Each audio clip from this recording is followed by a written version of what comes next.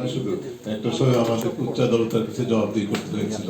আমরা যখন বিচারিক সেবা যেবার 2010 সালের জরিপে যে চরিত্র নিয়ে আলোচনা হচ্ছে 2009 যেটা প্রকাশিত হয়েছিল 2010-এ, তখন উচ্চ আদালতে একটা তৎকালীন প্রধান বিচারপতি কর্তৃক একটা বিশেষ কমিটি করা হয়েছিল উচ্চ আদালতে। তারা আমাদেরকে জেরা করেছিলেন আমরা কেন কে কত টাকা ঘুষ আদায় করেছে সেটা কোনো বলি না। ওইটার যে জবাবটা সেটা হচ্ছে যে আমাদের জাতীয় আন্তর্জাতিক যে গবেষণা পদ্ধতি আছে, শিক্ষিত পদ্ধতি, সেই অনুযায়ী ব্যক্তির পরিচয় প্রকাশ করা যায় না, যুদ্ধদাতার পরিচয় প্রকাশ করা যায় না, প্রকাশ করার নিয়ম নাই। আর তাছাড়া এটি আমাদের কাজ না, গবেষণার জরিপের কাজ এটি নয়, এটা তদন্তকারী সংস্থার কাজ, বিচারকের কাজ, পুলিশের কাজ।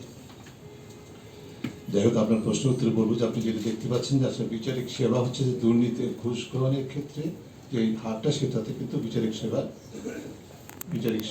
কি বলে আইন প্রয়োগের সংস্থাই বিচারিক সেবাটাতে উপরে আছে।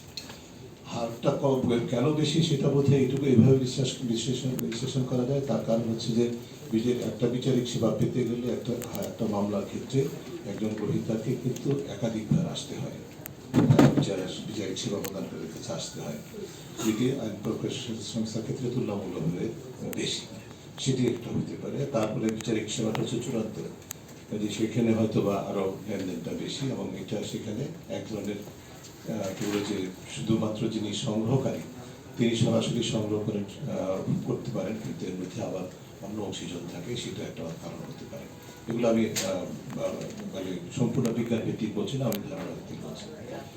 আর পুলিশের কথা যেটা বললেন, কমে নাই, মানে একই অবস্থানে আছে মানে বিষয়টা। কারণ পুলিশ ক্রমাগতভাবে উচ্চ পর্যায়ে দুর্নীতিতে বেশি ইন্টারেস্টেড হয়ে যাচ্ছে আর কি।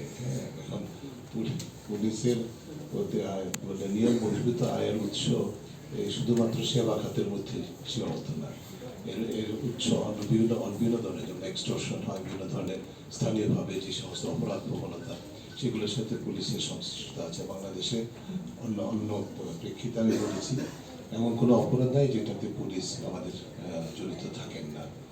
মানে এখন হয়তো পরিস্থিতি আস্তে আস্তে পরিবর্তন হতে পারে, এটা আমরা আশা করতে পারি, কিন্তু দীর্ঘমেয়াদে কিন্তু সেটি থাকে, যার ফলে সরাসরি ঘুষ লেনদেনের একটা বিষয়টি এখনো উচ্চ পর্যায়ে যেগুলো আছে সর্বোচ্চ শ্রেণীভুক্ত, তার মধ্যে আইন প্রয়োগের সংস্থা, পুলিশ না শুধু আইন প্রয়োগের সংস্থা, আরো কয়েকটি বিভাগ আছে তারা জড়িত। তবে পাসপোর্টের সেবাটা সবচেয়ে বেশি, এটা সেবা ক্ষেত্রে দুর্নীতির প্রবণতাটা সবচেয়ে বেশি। আমার নাম মুন্না ফসিদ, আমি এখন টেলিভিশনে